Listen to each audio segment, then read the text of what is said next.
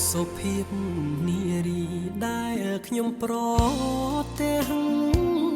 អូនស្អាតខ្លាំងណាស់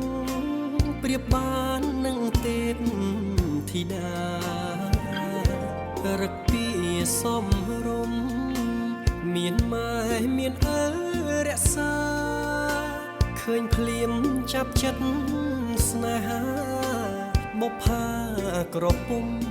លើតងបងអ្នកចំរៀងផ្ញើសៀងដនត្រីធ្លាប់ឈ្នះចិត្តស្រីហេតុអ្វីមកចាញ់ស្នេហ៍អូនដូចមុនសន្តំនឹងព្រួញបាញ់ចំបេះដូងជួយព្យាបាលផង